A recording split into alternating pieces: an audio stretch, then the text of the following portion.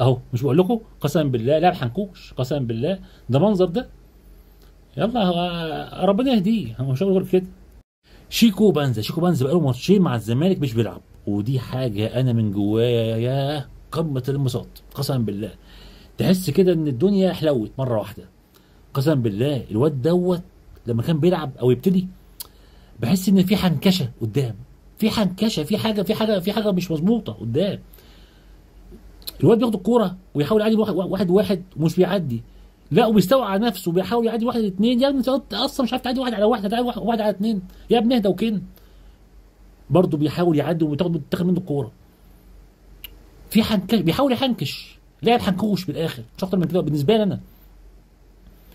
ده اخره يلعب ربع ساعه، نص ساعه.